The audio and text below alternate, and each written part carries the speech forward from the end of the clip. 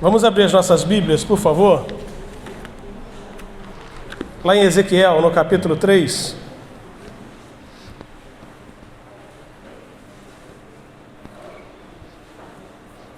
Ezequiel, capítulo 3. A partir do verso 16 até o verso 19.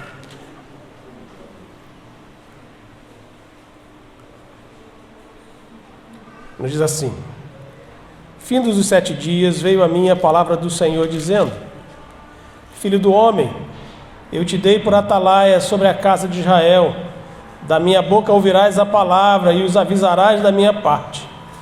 Quando eu disser ao perverso, certamente morrerás, e tu não o avisares, e nada disseres, para o advertir do seu mau caminho, para lhe salvar a vida, este perverso morrerá na sua iniquidade, mas o seu sangue da tua mão o requererei. Mas se avisares o perverso e ele não se converter da sua maldade e do seu caminho perverso, ele morrerá na sua iniquidade, mas tu salvaste a tua alma. Que o Senhor nos abençoe. Vamos orar? Senhor, nós te damos graças e louvamos o teu nome, te bendizemos e te imploramos, ó Deus, nesta hora que o Senhor venha falar ao nosso coração, ministrar as nossas vidas. Ilumina, Deus, a nossa mente e o nosso coração para aprendermos a tua palavra. Em nome de Jesus te clamamos. Amém. Os irmãos podem estar falando assim: pastor, mas o senhor está adiantando, né? Hoje só foi o capítulo 1. Semana que vem que vai ser o capítulo 2 e 3, se não me engano.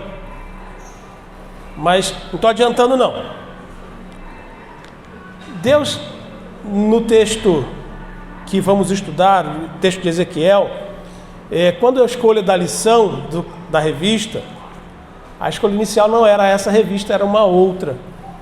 Mas a outra não tinha o número que a gente estava lá desejando, então a segunda opção era o Ezequiel e a gente optou pelo livro de Ezequiel. Também é uma lição muito boa, vai nos obrigar a estudar o livro de Ezequiel.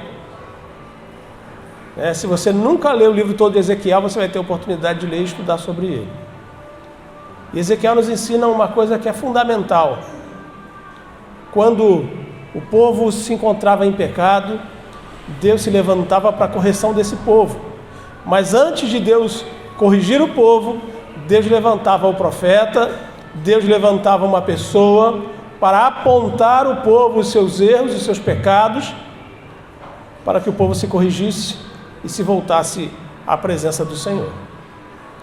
E quando de todos os avisos isso não acontecia, Deus aplicava a sua justiça. E a justiça normalmente era: o povo era levado em cativeiro para determinado lugar, e ali passava uma temporada até reconhecer o seu pecado, até reconhecer a sua dependência de Deus, e aí então Deus retirava o povo do cativeiro e fazia com que o povo restaurasse a sua confiança, a sua alegria. O texto, capítulo 1, que nós estudamos hoje, vai mostrar que o povo na Babilônia se encontrava triste, desalentado, sem coragem, estava sem esperança e estava demonstrando que no seu coração que não havia mais esperança de retornar a Jerusalém. No texto vai falar que é Sião. Sião é Jerusalém, é a mesma coisa. O povo estava com o seu coração completamente longe de Deus e da esperança. Deus então levanta Ezequiel para que Ezequiel pudesse então falar ao povo a palavra de esperança, de arrependimento. Deus levanta Ezequiel para que Ezequiel pudesse anunciar o arrependimento do povo. Olha para Deus, se arrepende dos seus pecados. Nós estamos aqui por culpa nossa, por causa do nosso pecado, porque nós nos afastamos do Senhor. No capítulo 3 que nós lemos, vai falar que Deus levanta Ezequiel como atalaia. E o atalaia, ele tinha uma função, uma incumbência, que era anunciar ao Senhor, anunciar do Senhor a sua palavra, anunciar àquele que estava longe de Deus a sua palavra. Por isso que no versículo 18 ele fala assim: olha, se você não falar o perverso que eu mandar, e o perverso morrer, o sangue dele está na sua mão, você é culpado pela morte dele. Mas se você anunciar e ele continuar ainda longe, perverso, então a culpa não é sua, você não vai carregar o sangue dele.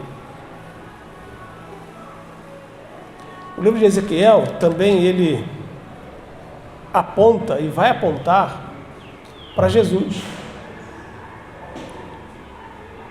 O livro de Ezequiel vai apontar lá para o Senhor, para a salvação, para a transformação, para a restauração do povo. Agora, não só o povo de Israel em Jesus, mas todo aquele que se arrepender do seu mau caminho e confiar e confessar Jesus como Senhor, esse será restaurado. Nós estudamos na lição e já conhecemos isso já de muito, que são os atributos de Deus, que o nosso Deus é o Deus que age, que o nosso Deus é o Deus que julga, que governa, que tudo vê, e é o Deus que restaura. Nós estudamos isso na lição hoje.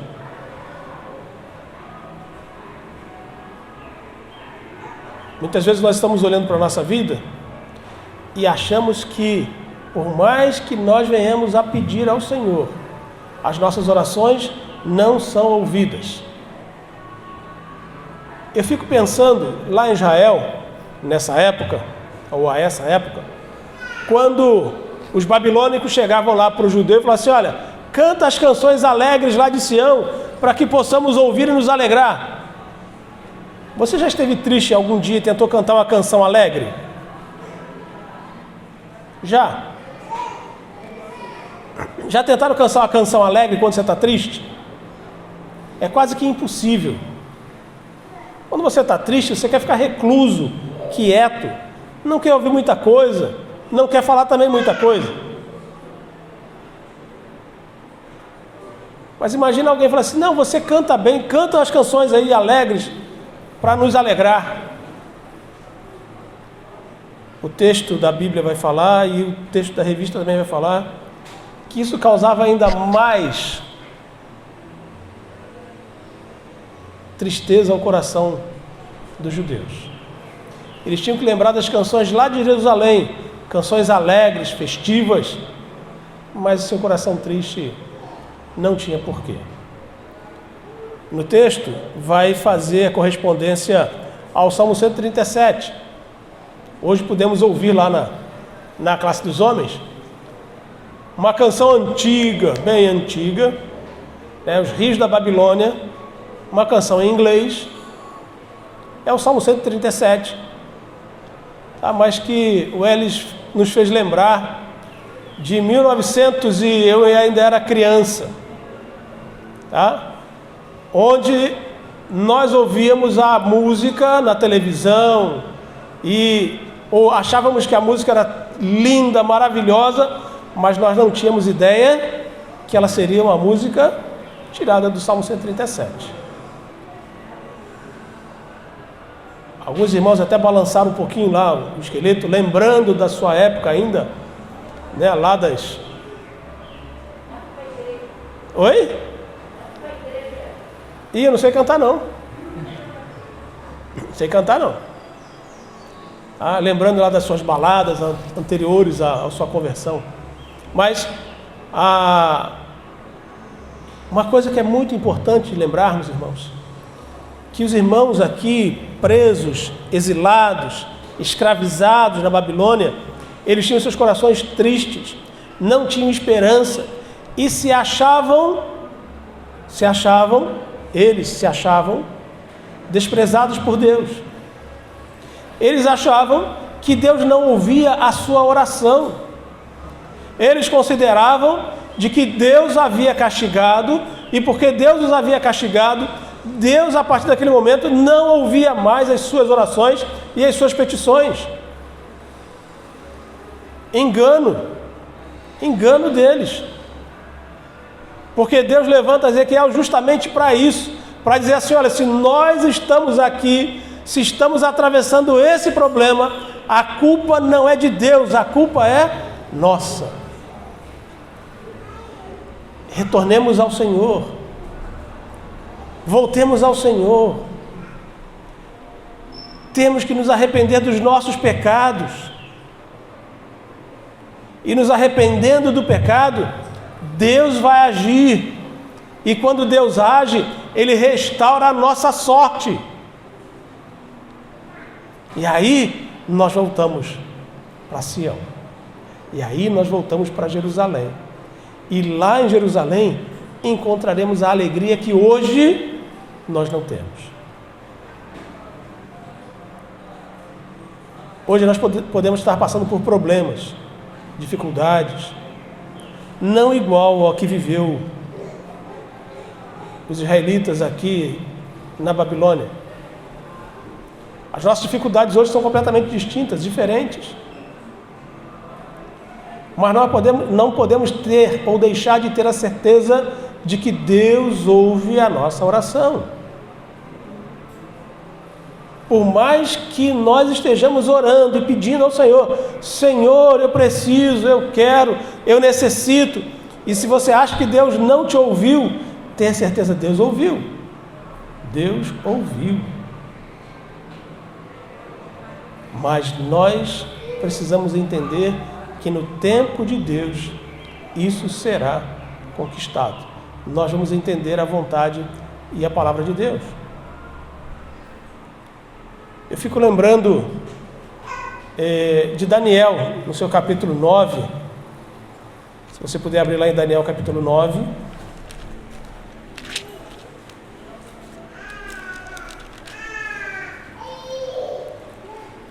Daniel faz uma oração ao povo, uma oração pelo povo, reconhecendo o pecado, e vai pedir a Deus que Deus restaure o povo e que venha dizer a ele o que está acontecendo.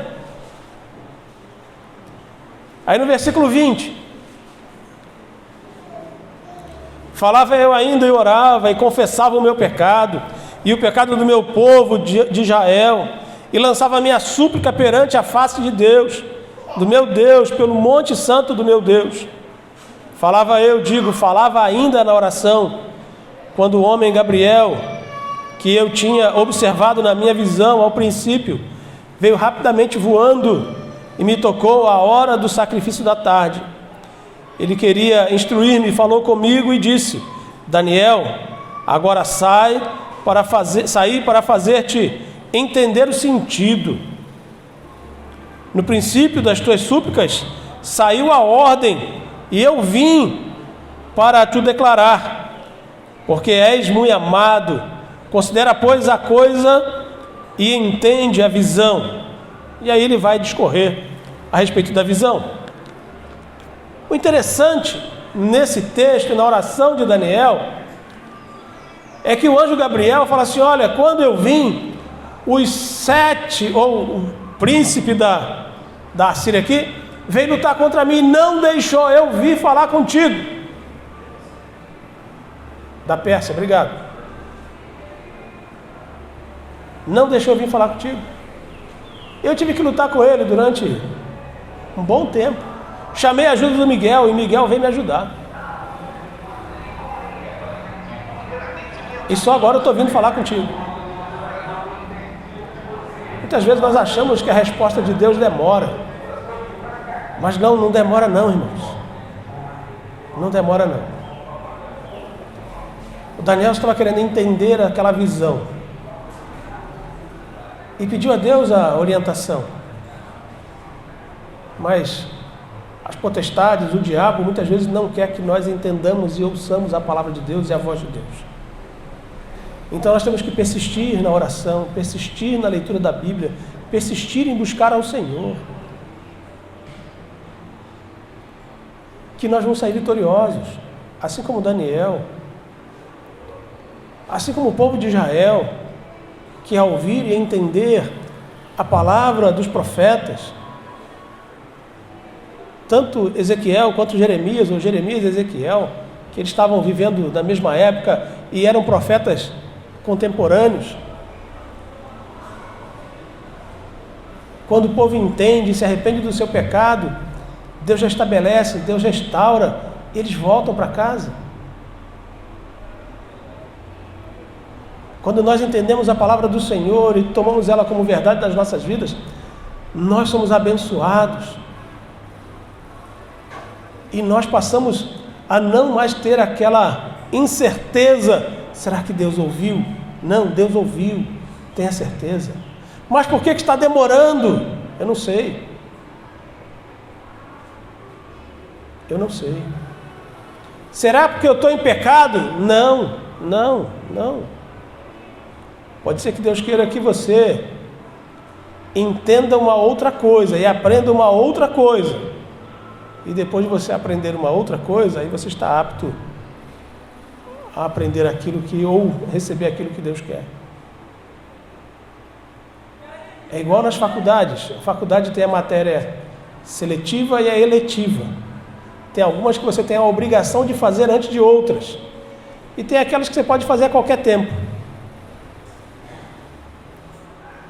E Deus muitas vezes está assim conosco. Ele está nos ensinando passo a passo, para que quando recebermos a nossa bênção, nós não a desprezemos. Isso daqui eu poderia ter comprado um outro, mas não, é bênção. Deus que me deu, foi conquistado por suor. Eu consegui. Deus me deu, mas com muito esforço. Eu fico pensando o dia que Deus libertou o povo lá da Babilônia. E o povo voltou e entrou de novo em Jerusalém. Vocês acham que eles fizeram festa ou eles entraram tristes na cidade? Hein? Você pensa a festa, você pensa o barulho. Você está ouvindo a música lá fora? Você consegue ouvir? Eu só não consigo entender o que está cantando, mas está tocando alguma música aí. Pensa no barulho, na algazarra, pensa na alegria. É assim que nós temos que comemorar as bênçãos quando Deus nos dá. E jamais abrir mão delas. Jamais desprezar o que Deus faz. E muitas vezes nós desprezamos as pequenas coisas que acontecem dia a dia, tempo a tempo. Nós só miramos naquela coisa maior, só naquilo. Eu quero é aquilo, e só miramos naquilo, mas esquecemos daqui, olha, da caminhada. O que aconteceu na caminhada? O que nós aprendemos na caminhada até chegar lá? Dificuldades, perseguição, insegurança, tristeza, choro, dores. Mas e na conquista? Ontem eu estava ouvindo na realidade vendo o jornal, e entrevistaram a campeã do Brasil, que é a menina que ganhou uma medalha de ouro e de prata, da ginástica. Obrigado. Oi? Rebeca Andrade? Isso. A Rebeca Andrade. E ela estava dando a entrevista. E o jornalista perguntou assim: e o que você fala agora? Você agora eu sou reconhecida por um monte de gente. Que bom, né? Fiquei feliz. Eu não só faço ginástica agora, estou fazendo uma série de outras coisas. Quero ir agora fazer minha faculdade, vou fazer isso, vou fazer aquilo, mas esse ano agora ainda tem o campeonato mundial, tem o campeonato brasileiro, tem isso, tem aquilo, e eu continuo treinando, eu não parei de treinar não. A Olimpíada já passou. Agora o meu objetivo é outro. Eu tenho vários objetivos, mas o primeiro objetivo agora é o campeonato mundial, nacional, coisa assim, mundial, e depois é o campeonato brasileiro, e ano que vem eu vou fazer minha faculdade. Ela tem vários objetivos. Mas será que foi fácil ela chegar lá na Olimpíada e vencer a Olimpíada?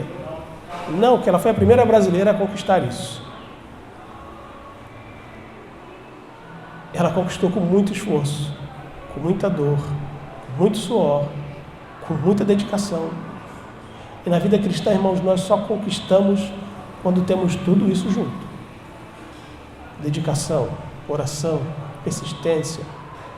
Vai chorar, vai doer. Vão apontar o dedo para você dizendo que você é isso ou aquilo. Vão dizer que o que você está fazendo é uma enganação que não presta. Porque você ainda está naquela igreja, porque você ainda está seguindo esse Deus. Mas entenda, esse mesmo Deus que hoje as pessoas apontam o dedo e dizem que não vale nada, é o mesmo Deus que restaura, que nos dá as bênçãos, que depois os outros vão olhar e assim, como é que você conseguiu isso? Foi tão fácil.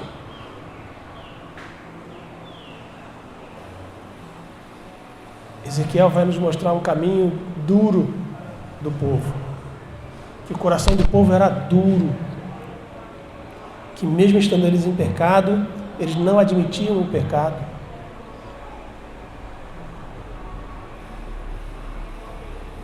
Mas ainda assim, Deus amou esse povo e Deus vai restabelecer a aliança que Ele tinha feito com eles, mesmo eles tendo quebrado. E por amor do povo, Deus restaura esse povo. Porque o Senhor falou que Ezequiel vai aparecer com Jesus, porque Jesus, mesmo sabendo que nós não valíamos nada, que já tínhamos quebrado a aliança e estávamos em pecado, ainda assim Jesus morreu na cruz do Calvário para nos restaurar e nos dar comunhão com Deus. Da mesma forma que Deus fez com o povo aqui que tirou da Babilônia e levou de volta a Israel, Jesus fez conosco. Estávamos mortos em nossos delitos e pecados, mas Jesus nos comprou com a sua morte na cruz e com a sua ressurreição. Ele nos restaurou. E tenha certeza absoluta, o próprio Jesus disse: tudo aquilo que você pedir ao meu Pai em meu nome, Deus fará. Não para a sua glória, não para a glória de Jesus, mas para a glória do próprio Deus Pai.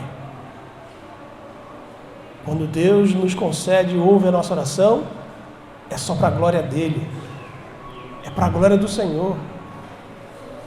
Então, quando você receber uma bênção, entenda, a bênção é para você, mas é para a glória de Deus.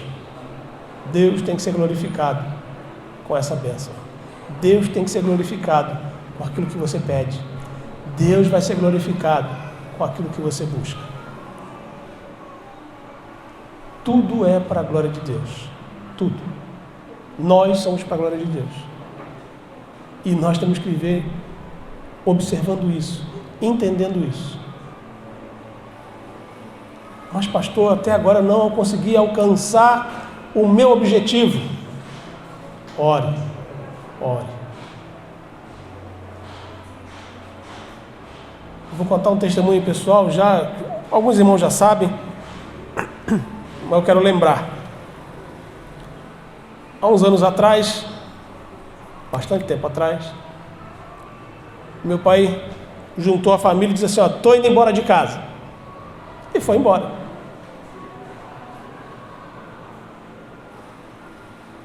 E a minha mãe então falou assim: e aí, vocês vão deixar o pai embora assim, fala nada? Nós éramos crianças. O que a gente faz, mãe? Vamos orar. E nós oramos. Passamos 14 anos orando para que Deus tocasse no coração do meu pai, na sua conversão e no retorno dele para casa. Depois de 14 anos, minha mãe falou assim: chega de orar, Deus já ouviu, não precisa orar mais para que isso aconteça. Nós não entendemos absolutamente nada, mas sim, senhora, paramos de fazer isso. Passado algum tempo, percebemos que meu pai estava frequentando uma igreja. Passado mais algum tempo, meu pai de novo reúne os filhos e fala assim: olha, eu vou voltar para casa. eu levantei e falei assim: pai, o senhor não pode voltar para casa. Eu falei: por que não? Se o senhor formou uma outra família, o senhor tem 2 filhas lá na outra família. E o senhor não vai fazer com elas o que o senhor fez conosco. Não dá, é covardia. Meu pai ficou um pouco triste, não falou mais nada, acabou o assunto. 1 ano depois, meu pai faleceu. Nem ficou cá, nem ficou lá. Deus resolveu o nosso problema do outro jeito. Mas uma coisa eu tenho certeza absoluta: meu pai faleceu certo de que ele era servo de Jesus. Deus cumpriu em parte aquilo que nós orávamos. Senhor, fala o coração do meu pai, transforma o coração dele. Deus ouviu e transformou. E isso gerou um problema sério na igreja da Posse. Meu pai passou a frequentar a igreja da Posse, presbiteriana da Posse. E o pastor Edson Lima, em uma conversa com ele chegou para o Edson Lima e falou assim: como é que eu faço para ser membro desta igreja? O Edson Lima: não, você tem que fazer isso, aquilo, outro. E eu orientou ele como ele tinha que fazer. E diante do problema que ele tinha de 2 famílias, tá, ele ficou assim: pastor, agora eu tenho 2 famílias, uma aqui e outra lá. O que eu faço? Nesse inteirinho de ele resolver, Deus levou. E o pastor esqueceu que eu era filho dele, né? E num belo dia, numa reunião lá, ele falou assim: graças a Deus, aquele moço do bigode, né, morreu. Porque como é que nós íamos fazer para receber esse moço aqui? Aí eu falei assim: verdade. Ia ser complicado, né, pastor? Ele é muito complicado. O que as famílias iam dizer? Eu falei assim: mas o senhor sabe dizer se ele realmente tinha convicção? Eu falei assim: não, tinha convicção, ele tinha. Deus transformou o coração dele. Mas só demorou quase 20 anos, irmãos. Só isso. Nós oramos 14 e esperamos mais 6. Até meu pai falecer. Muitas vezes nós queremos a resposta de Deus para amanhã. E a resposta muitas vezes demora um pouco mais. A questão é: ore, confie.